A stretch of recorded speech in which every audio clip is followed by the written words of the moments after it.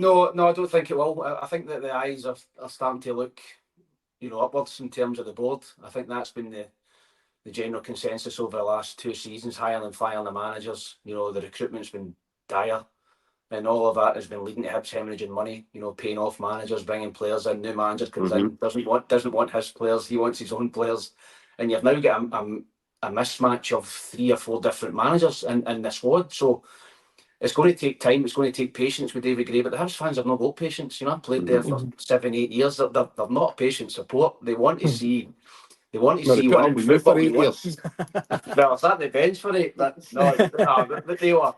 They're not a patient support, particularly with Hearts doing so well in group stage football. Yeah. And great result against Rangers. Hearts look really, really strong this season, and that's even worse for Hibs supporters. So it makes it intolerable, doesn't it? It makes it intolerable, and that puts the pressure even more on David Gray. But I think a lot of the Hibs fans, you're right, didn't really want David Gray, but they've tried everything. They tried the young and up and comer with Sean Maloney, didn't work. They went down to England for an experienced manager, Lee Johnson. They went to the other side of the world and get Nick Montgomery in. That didn't work. Now they're thinking, right, we need to get somebody that knows the club and knows the city and the players and stuff, and that's David Gray. They've got Malky and above him, who I'm sure will help him. But yeah, I think there was a general apathy at the start of the season about Hibs. But now with the signings coming in, I think that you can maybe see a wee bit of light at the end of the tunnel, and then you've got the 2 games coming up. So listen, it's all up there. I don't know.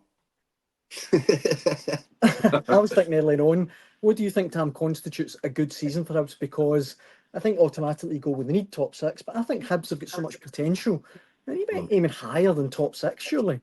I think top 6 this season. Honestly, I wouldn't aim any higher than that. I just think that the last season was so bad. 2 of the last 3 seasons, Hibs have been in the bottom 6. It's just not acceptable. So I think when you get in the top 6, you've seen Dundee, St Mirren last season. I don't think there'll be a lot in it come the split. So you can still get into Europe. You can still get 4th or 3rd, maybe if you're in. But if you're not in the top 6, obviously you can't. So I think you get in the top 6 first. You think to yourself, right, we need to get this club back in the top 6 again.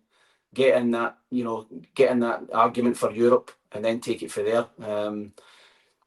I wouldn't put any other. Honestly, I don't think that the Hibs can be aiming for 3rd. I think Hibs are miles ahead of Hearts. Hearts are miles ahead of Hibs at the minute in terms of a settled squad. The manager, knowing the players, the buzz around the place, the money they're going to get from that European group stage, the squad depth. I think they're miles ahead of Hibs at the minute. So I don't think you can use Hearts as a barometer for Hibs. I think you've got to look at Kilmarnock or St Mirren and try and get up beside them this season.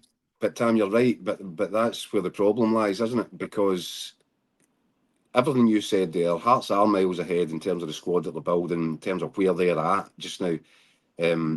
But in the heads of the Hibs supporters, they will start every season saying we should be the 3rd best team in Scotland, and that's just a natural position that no amount of facts in front of their face is ever going to change it. Right. They will feel that they should be the 3rd best team in the country. So I agree. I think need to temper expectations, temper the targets a little bit. Tam's right. First things first for Hibs this season, get into the top 6 and then take it from there. Right. But that won't change the kind of level of expectation among the supporters who will, as I said, start every season thinking, well, 3rd place has to be a realistic target. I'm going to put you both in the spot. This is what I like to do, Tam. This is a theme of the Hotline Live. I'll start with Keith this time, though. Do you have faith in the David Gray? Just ordering a pizza for Gio. Aye, for Gio. Do you have faith that David Gray will turn out to be the right appointment at Easter Road? So that's a tough one, to be fair. One game in the season, hope. but I'll tell you, I'll answer it by saying I hope so. Aye. But I do feel as if I was in that situation, I'd probably want tried and tested. There's an element of risk with David Gray, but I really hope it works out for him because, by all accounts, he's a great guy, and he's got a great standing with the club. It would be a fantastic story for him to be the guy that didn't just win them the Scottish Cup, but went on to become a real established, successful manager.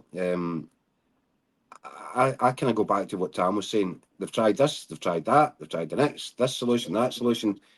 See, when everything's fallen down, every solution that you've tried, none of them work. That points to something else. That maybe it's not the man in the manager's office that's the problem at Hibs. It's people picking him, maybe. Well, and perhaps the way the club has been run in general, Mhm. which might make it impossible for a guy like David Gray or anybody else to really thrive. Mhm. And that would be my worry, that there's something running deeper behind the scenes at Hibs that make it a job that actually I know some managers that might have been involved in conversations about potentially going to Hibs at some point over the last while. And there's various red flags that